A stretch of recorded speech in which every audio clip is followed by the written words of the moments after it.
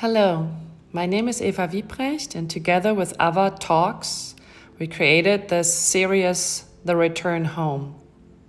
Today, we want to talk about returning to our physical body as a home. Please enjoy the Hello, conversation. Eva, and thank you for accepting the invitation to continue our journey on the return home. Great. Well, thanks Yeah. for inviting me to your home through space. It's a comfortable way of traveling, and it's delightful to think about having these continuous conversations because I feel always nurtured and enriched after we have spoken. So I'm looking forward to this time. Thank you. It's a pleasure also for me, and to be able to connect with you and also be at home. Yeah, exactly. Same time. So even if we are more than 3,000 kilometers away, so yeah, it's amazing. We discussed last time about social distancing or physical distancing. Yes. And for today, we thought maybe to take into consideration some aspects about what really means not to be at home in our physical space, in our house, but also in our physical body. Yes. So our body, our home. Exactly. And how exactly can we describe that home and that connection to the home and the presence and feeling of the presence at home? So there are different aspects that we will discuss during our conversation today. And because a lot of us are actually spending more time in their minds than thinking about their bodies. How would you recommend as a way of bringing the awareness more into the body than into our minds? Yeah. How can we relate to our bodies more? I loved your introduction that, our body is our physical home. And I think it's a good description, and maybe even asking a contemplation question: how can I make my physical body really my home? And really see it as the temple where my soul and my mind can safely rest. I had to learn it the hard way. Alina, had a lot of challenges physically in my growing up, from very simple accident that happened where I easily broke a bone, and that was actually a concern as a teenager. Then at the age of 15, I developed an autoimmune disease that's very discomforting. So body always felt for me as a challenge. Then there was this interesting period too, as I used to be very small, one of the smallest in the school, and then all of a sudden I grew very fast. So I had this very interesting physical experience also from petite, and my parents were actually concerned that I may be very small and maybe that may be a challenge. And they actually did some X-rays and things to check out if I would be growing. And then all of a sudden I was growing pretty late and pretty fast. So in order for my body to adapt, I developed, like some challenges, back pain and lower back pain and upper back pain. And so my history wasn't my body as a temple, not necessarily. I was using it a lot because I'm also trained as a dancer. So using the body in my interest and stretching it out and taking it almost like as an instrument, as a mechanical instrument, was a little bit my history growing up. But given the challenges, I had to really learn that my body is, I want to say, the leader of the team. If my body is not functioning right, nothing else is going to happen. So I had to come to this conclusion I really need to find comfort and a new relationship and a new understanding and a new appreciation with my body, because it's much stronger than my mind. If I can say, oh, I want my body to feel a certain way, but if my body feels different, then that's it. My body is taking a lead. And now where we have the physical distancing, so there's not much, I usually go to yoga studio. I can't do that right now. But having learned the lessons of the past, I'm really focusing on staying healthy in my body. So what I do is, for example, I roll out my yoga mat every morning. And I had trained with an American yoga teacher, Kimberly Fowler, who developed YAS, and I have her program. So I'm looking at her program, and I actually specifically took that because she's teaching it in her studio. I have physically been in her studio. So when I look at her and when I look at the studio that she's doing the practice, it brings me in my mind. So that's where I use my mind. It brings me in my mind to the place where there's sunshine, where there's a beautiful environment. It's on Ebikini. I used to love walking on Ebikini and grab my coffee in a different place. I remember different very positive, energetic environments that I'm not able to visit physically right now. But now I can use my mind and my interest in traveling me there. And I do my 58-minute practice with Kimberly. And she looks as gorgeous as always because it's on video. So it's a really nice way for me to start the day, stretch out my body, feel more physically strong in my body, because yoga does give me a practice that gives me flexibility. And I feel physical flexibility is also allowing us mental flexibility. It gives me strength, like core strength, center strength.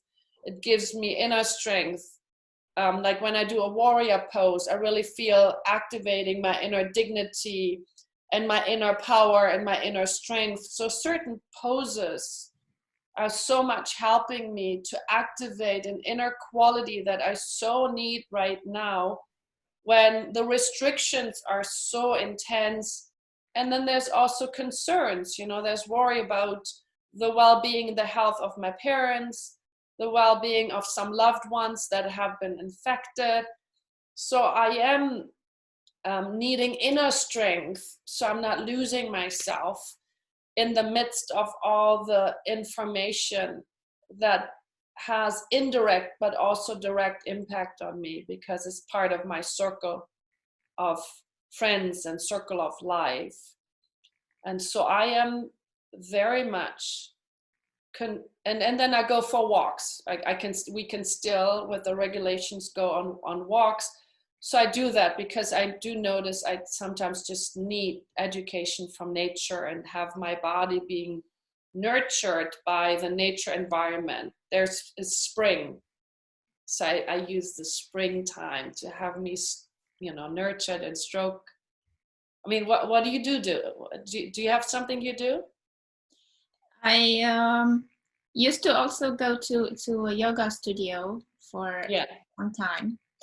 And what I felt really efficient for me was not just practicing the poses, but being aware of the energy that was, and the shifts that were going on in the body while during the poses. Oh, yeah.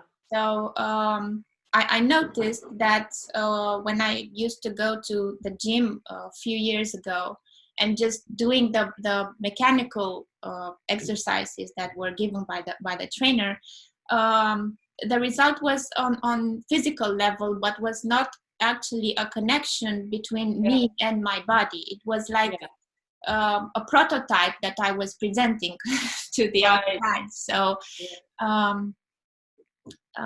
during these times, I think it's really useful to have a good connection, good aware connection to our bodies, and to gain this awareness about how do we really feel inside our bodies. Because actually, even if it's going on now, a threat on emotional and psychological level, it's actually basically on physical level. I mean, if we consider a level of fears that we are going through, maybe the physical one is the strongest one, because in case we get infected, we might get sick. So this is a primal fear, a fear of survival on a physical level.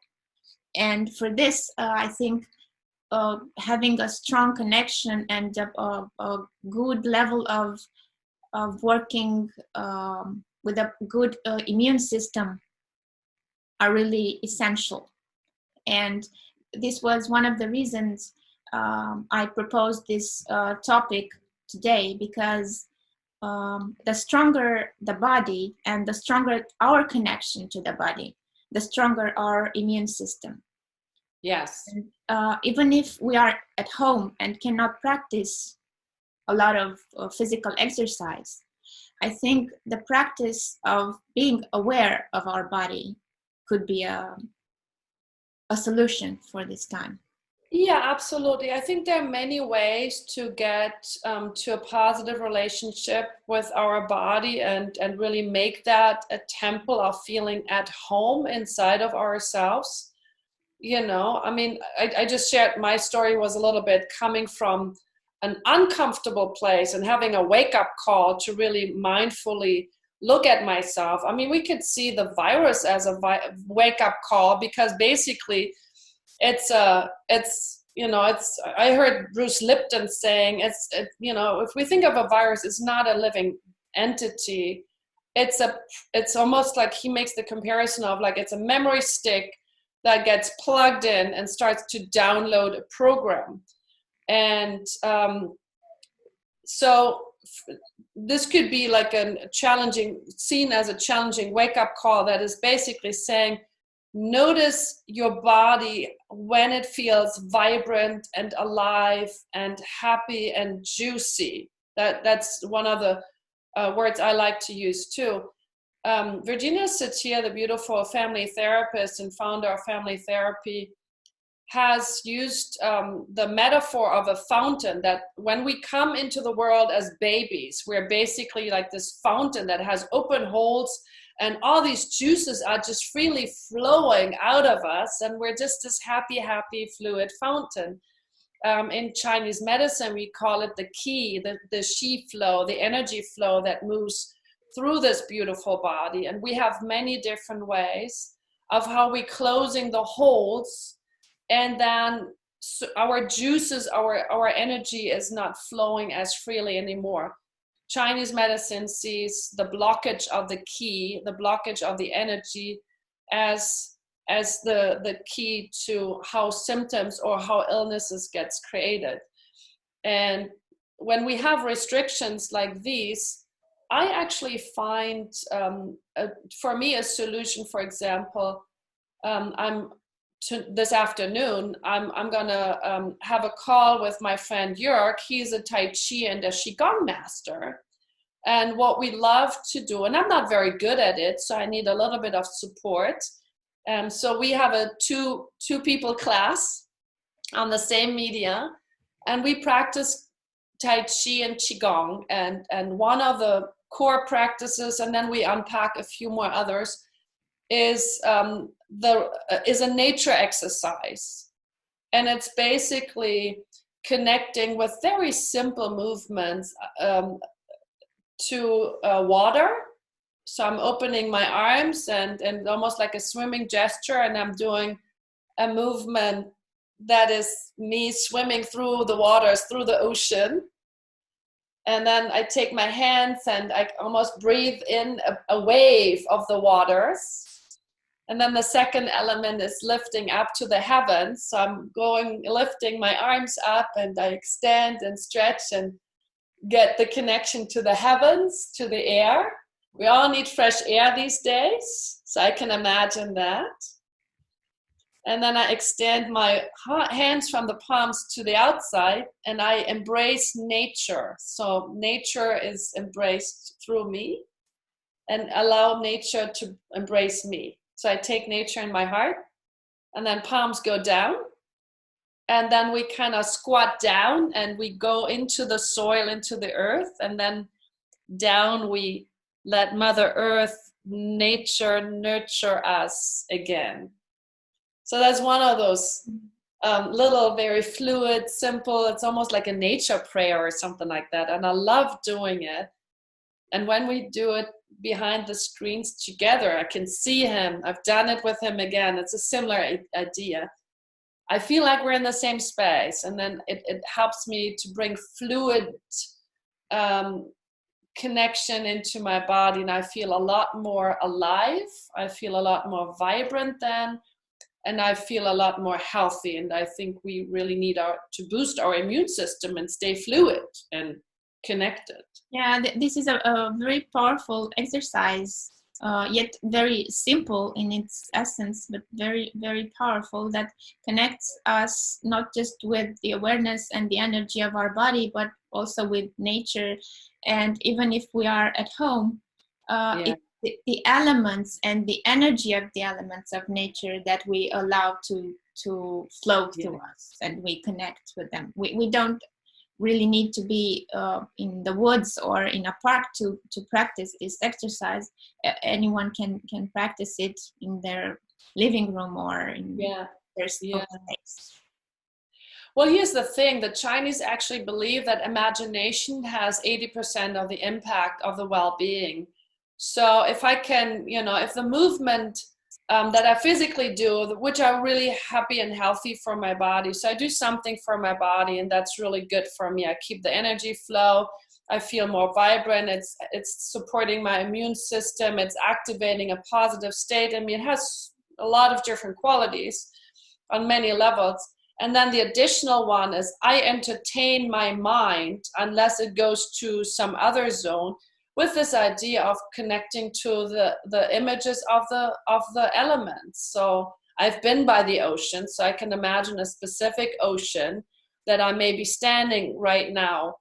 I've been looking up in the sky many times, so maybe I imagine a very specific time where I looked in the sky and I was just filled with wonderment and thinking, oh my God, I've never seen a sky this beautiful before. For example, I was in South Africa for the first time. I'd never seen the stars so bright, so shiny, so intense. I mean, so many stars. I felt like I could pick them like apples. And so I imagined that sky at night. And then I've been in nature places. So I could imagine my favorite nature place, that while I am making this movement of embracing, of taking nature to me, maybe a specific place that I love and feel so held and healthy and happy. And then I've been standing on the ground of the earth, and so I could maybe pick a piece of grass that I really enjoy, or whatever place, and how I touch the ground, how I dig into the soil and feel there's something new that needs to be nurtured and to be grown in me. I mean, we're springtime, so we need to grow something new in us too. We just had Passover, so there's also death, something letting go, and so I'm taking those images that help me to have my mind be accompanied by the body movement, so that they are in alignment and they serving each other. And I feel that's when body and mind are the strongest unit that help me to stay physically happy and healthy in these days. And it's not that easy, because some of the things we cannot do. Yeah, I think it's very helpful, especially in times like this, to have a simple practice, just as the one you described it, because it gives us the capacity to cope better with the challenges.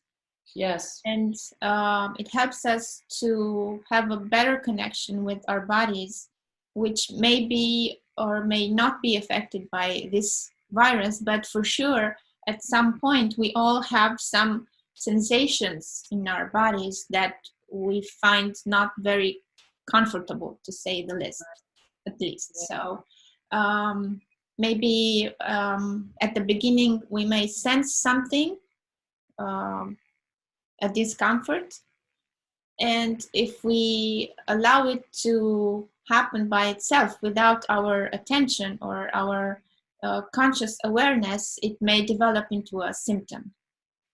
Absolutely.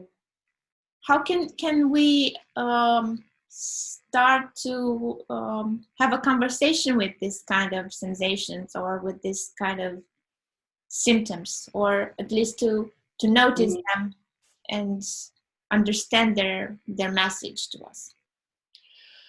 I give you an example. As it was this intense full moon a couple of days ago. I don't know if you have experienced that, but I seem to be very sensitive to moons, especially very full moons. And I heard that there was this massive moon. I've heard about that too. Yeah. Yeah, I had terrible. It was terrible for me to sleep, and I had a lot of. You could call that a symptom. I had a lot of vibration, like intense vibration in my body, and it didn't allow me to sleep. And I tried to first kind of like notice inside of myself, but it was just more. It was just amplified, and it was very uncomfortable feeling because I couldn't control it. What I did then was I thought I'm awake anyways.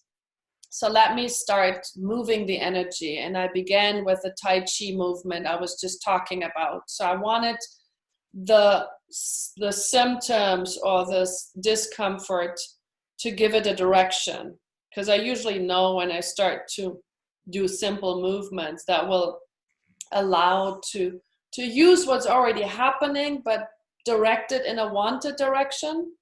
Because I couldn't really make full cognitive sense of what was going on.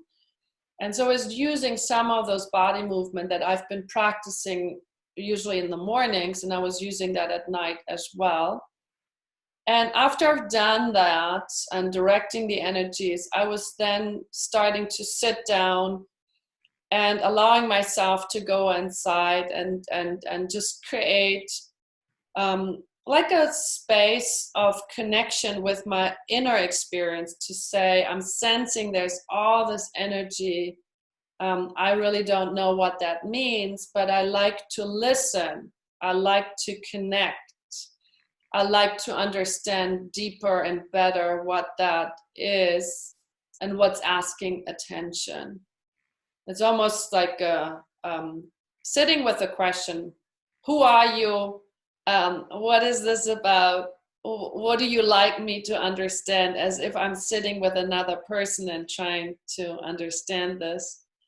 And then I was starting to describe the qualities of the sensation. So it was tingly. It was had a frequency that was probably from 0 to 10 on an 8. And then I try to describe the different qualities, and if it has a color and if it has a temperature.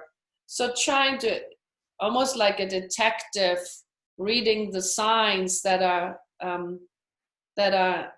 introduced to me that I'm not understanding the language yet. So it's going through sensations. What is it in terms of a color? What is the frequency? What is the temperature? So it's unpacking different qualities. And the more I unpacked them, the more I developed a curious relationship to them. And I could also feel that something that's there, but I can also observe it. So it's creating kind of a good distance to it. And then I changed locations. And at some point there was something in me that started to relax and calm down, and then it changed. So directing the energy was something I did, a little practice. And then starting a self-conversation that's curious with, I notice what's happening, what are the qualities, and what is the sensation trying to let me know that I would want to receive as an important message? What is the meaning of what's happening inside of me that is helpful? And I guess it brought me, in my particular case, to, I was concerned about the protection of my parents. I was concerned because I just heard a really sad and really terrible message, and that was still in my system.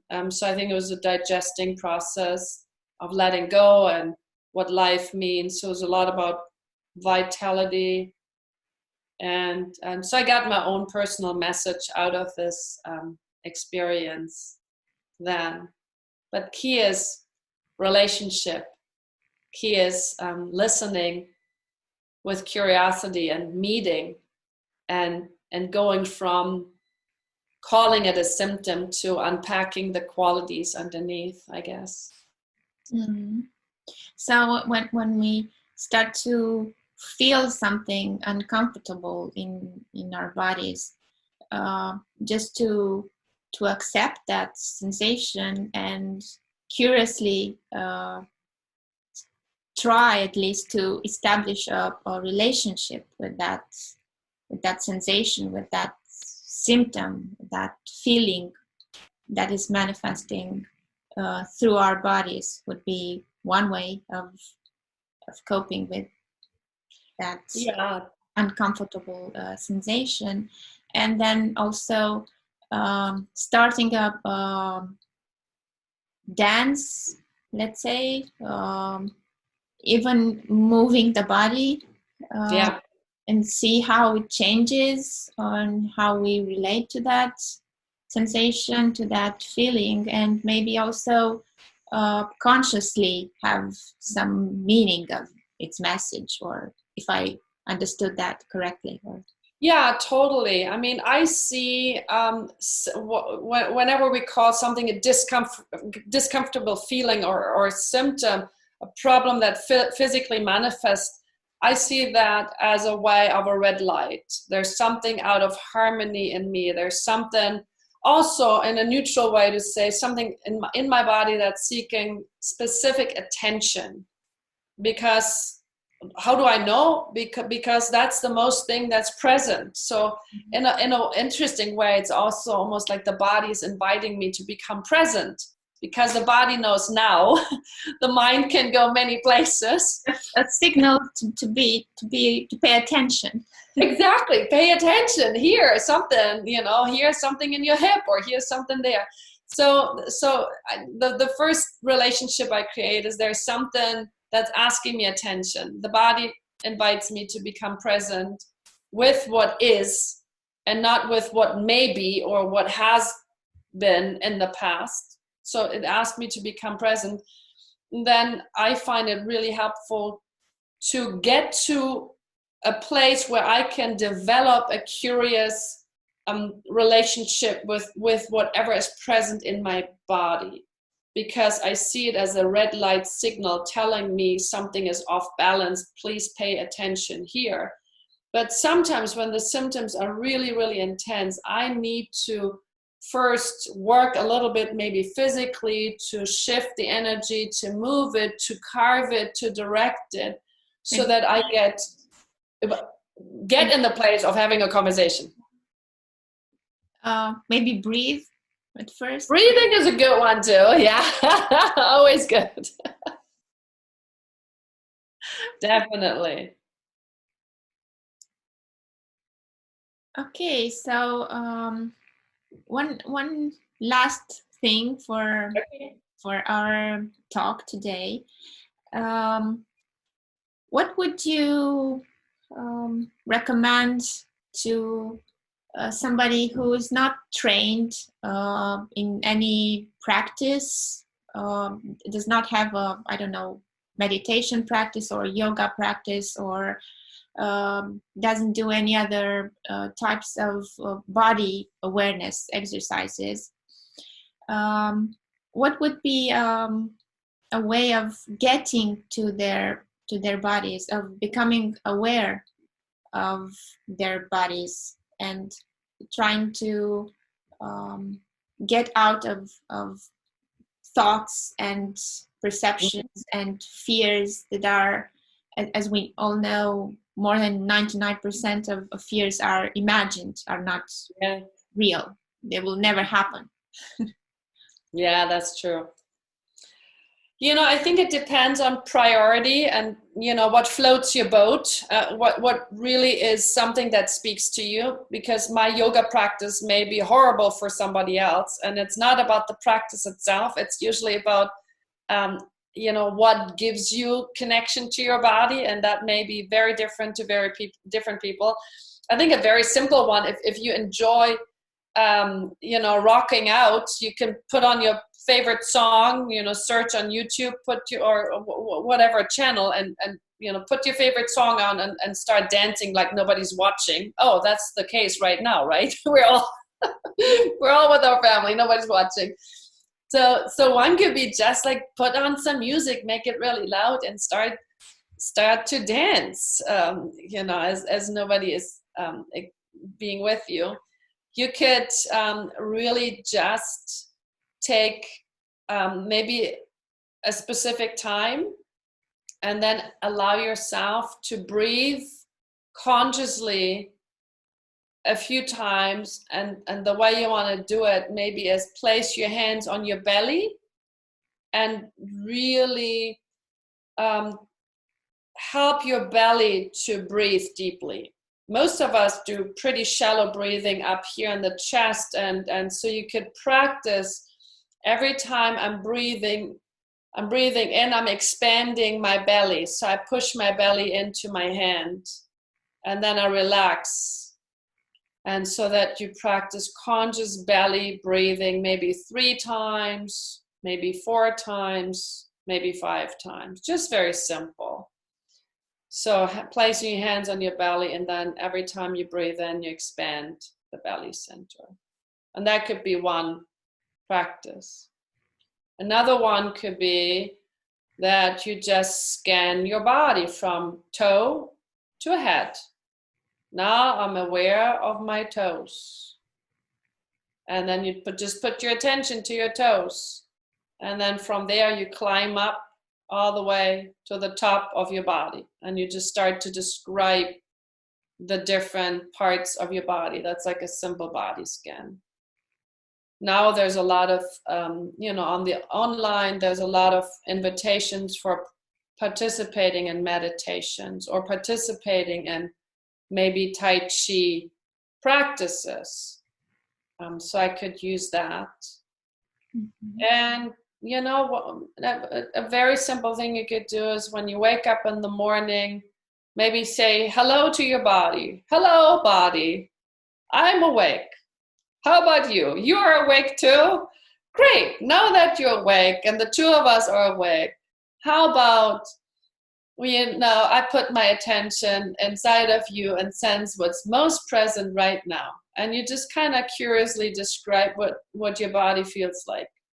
Mm-hmm. Sounds like an interesting idea, but you just check it out. That could be, or an evening practice. Now that I go to sleep, body, I want to say thank you for having me brought to this whole day. I really appreciate all your service. You've been functioning really well. You've been breathing, you've been digesting, you've been pumping blood. Everything that you did in the service of me being alive today. I just want to say thank you, everybody part, for having done that. I wish you all a good night, and I see you tomorrow again. Those are some ideas that come to my mind right now. Yeah, and they don't require previous training. They can be practiced on the spot. So totally, yeah. They can become a practice, a daily practice, so that when something uncomfortable shows up, to have the resilience and the strength maybe to welcome that, as using in generative coaching, and to be curious about what interesting experience has that sensation to share with us. Right, exactly. Yeah. Yeah. We'll have the chance to discuss more deeply about that in our coming talks. Yes. On our journey to return home. Right. Gain more awareness of whatever home means for us and how we can follow the steps to reach that point. Yes. And to be in that point. Yes. So I want to thank you once again for your beautiful presence and for everything that you shared with us today. Right. And we are looking forward to meeting you next time. Great. Well, thanks. It was delightful to be with you. I hope we did transmit some interesting, some helpful, inspirational ideas. May they be practical. And yeah, thank you for being you. And thanks for everybody who is interested in listening. Thank you. See you next time. Bye. Bye.